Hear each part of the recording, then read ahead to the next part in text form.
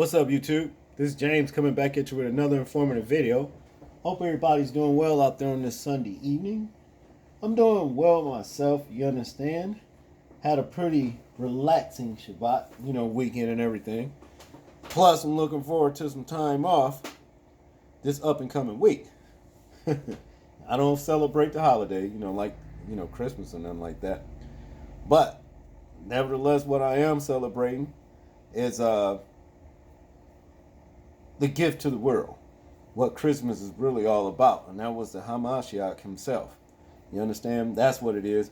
And also, like I said, some time off and some eating. Let's just do that because we're going to eat anyway, regardless, right? Well, enough with that. But I come across this story right here. Matter of fact, my wife was telling me about this story right here. Joan Thomas, major shout out to her for bringing me the story and everything. And what do you know? This story right here happened in my neck of the woods. And, wow.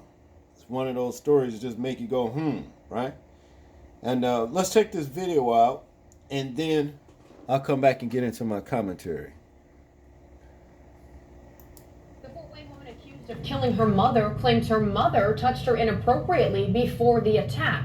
24-year-old Kenishua Whitley is facing battery with a deadly weapon and aggravated battery in the stabbing death of her mother, 49-year-old Stacy Jennings.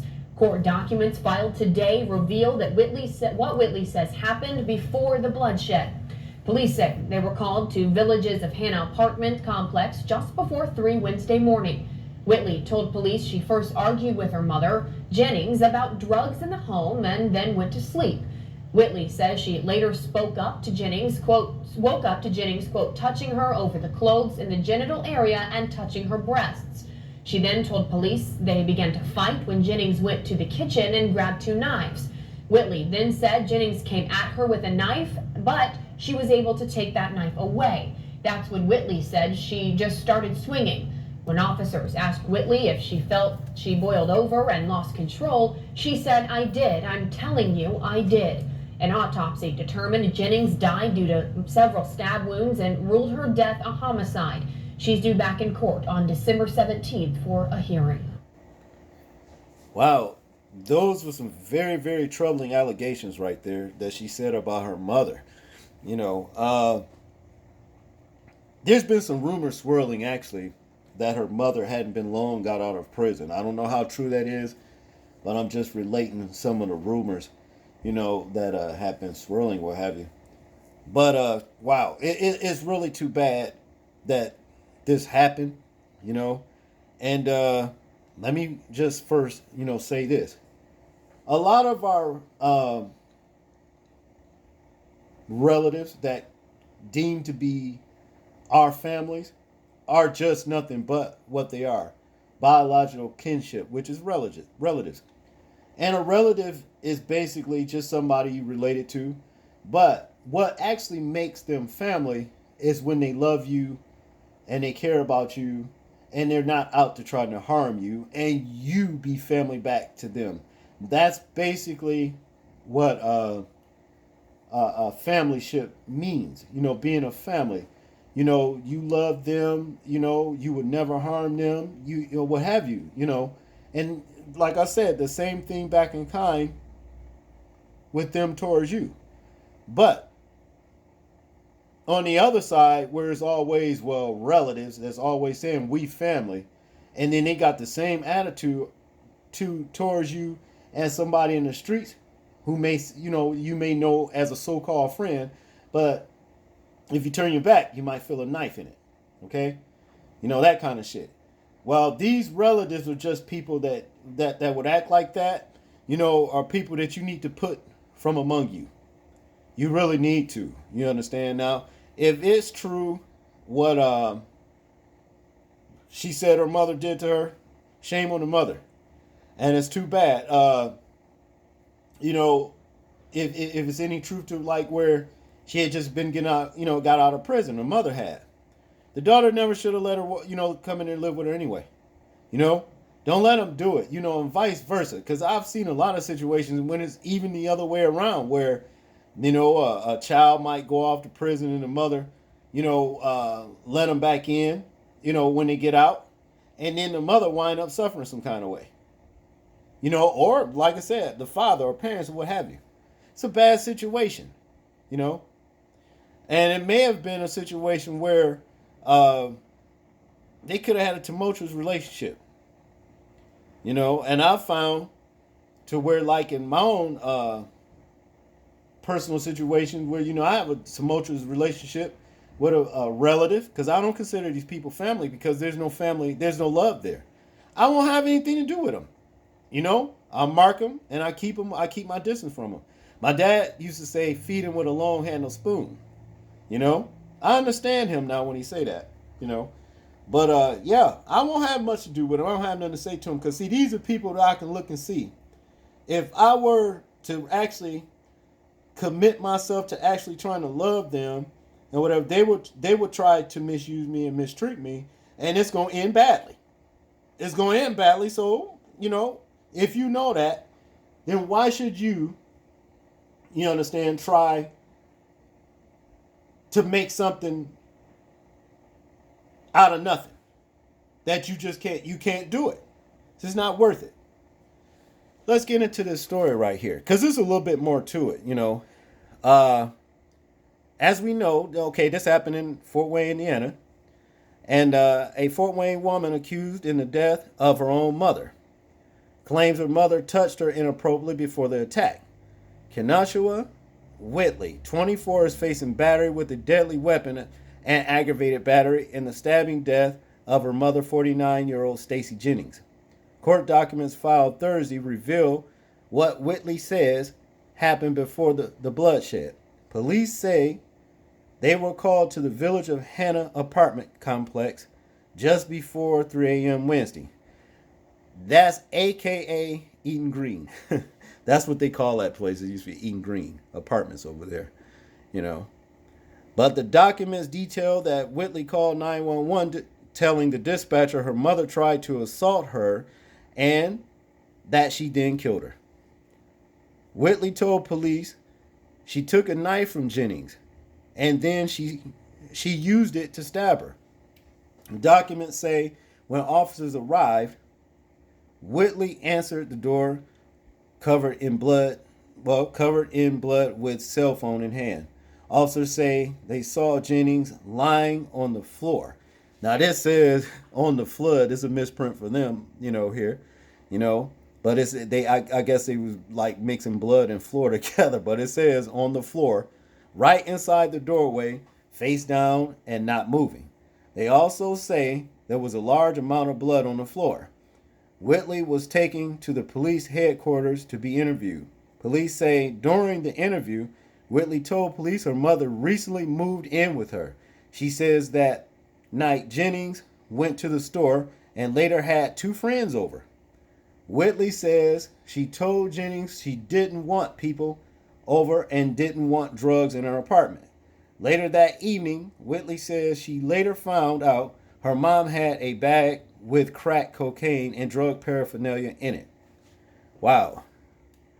You can't raise somebody grown. That's the reason why you shouldn't have nobody grown in your house like that, Because they're going to do what they want to do. And then the mother, and the case, may have not respected Whitley. Who knows? That kind of attitude. You my daughter, I tell you, you don't tell me, See, I know what that kind of shit is like myself, They don't care nothing about what's right. It's all about what they say. And they asses be wrong as I don't know what. 2 left shoes, as they say, But to continue, after arguing about what she found, Whitley says she fell asleep on the couch while her mother went to the room and listened to music while she drank. Whitley told police she woke up to Jennings touching her over the clothes in the genital area and touching her breast. She then told police they began to fight when Jennings went to the kitchen and grabbed 2 knives. All right. Whitley said Jennings threw a knife at her but missed and hit the wall. Whitley then said Jennings came at her with the other knife, but she was able to take the knife away. That's when Whitley said she just started swinging. When officers asked Whitley if she felt she boiled over and lost control, she said, "I did. I'm telling you, I did." The coroner conducted an autopsy and determined Jennings died due to multiple stab wounds to the chest and neck area and ruled her death a homicide. A judge set Whitley's bond at $250,000. She is due back in court December 17th for a hearing. Whew, wow, what a nightmare, you know? What a nightmare. You know, also this lady right here, which is the daughter, she has a Facebook page called Justice. Hang on a second, let me get it up.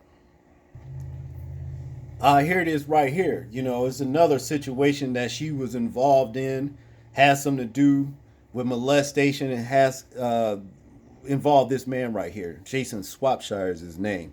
And the Facebook says a Facebook page called Justice for Kanishwa was created in September 2019. It is described as a personal blog, and several posts on the page details allegation of sexual abuse against Jason Swapshire. One post dated September 16th details a story of being sexually abused by an adoptive father from the age of 14 to 16. I am seeking justice for myself and for all of the young girls around the world who have and who sadly will be molested and never have the resources or support to get the right help and get justice. The post reads, according to court records, Jason Swapshire, 46, faces multiple charges of sexual misconduct with a minor.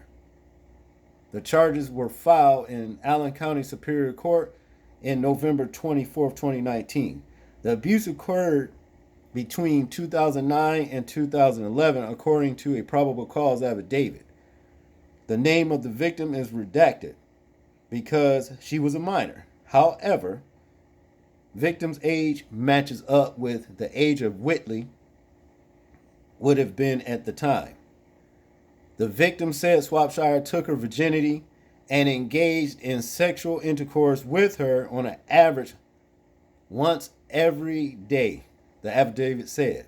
Swapshire is scheduled to appear in court on January 22nd. Whoa, that's just, man, that's messed up, you know? But here's my question, and this is a question I always have. All right, now, if she was underage, then shame on this dude right here. He shouldn't have been doing no shit like that. It is child molestation, right? But my thing is, on Whitley's behalf, why didn't she bring this, you know what I'm saying, to light when it first happened? Why do you wait years later? See, I don't like that kind of shit. If you are being so-called raped or child molestation, you know what I mean? What you supposed to do is bring that to light right away at the time that it's happened. See? Now, to me, you know, yeah, it was definitely child molestation, but it was something that sounds like to me she was going along with until whatever happened, you know? To where she was in other words, you know, in 2019, this year in September, the month of September, I'm finna make a page and show this man right here, he molested me. You were supposed to be saying that during the time that it took place. All right? See?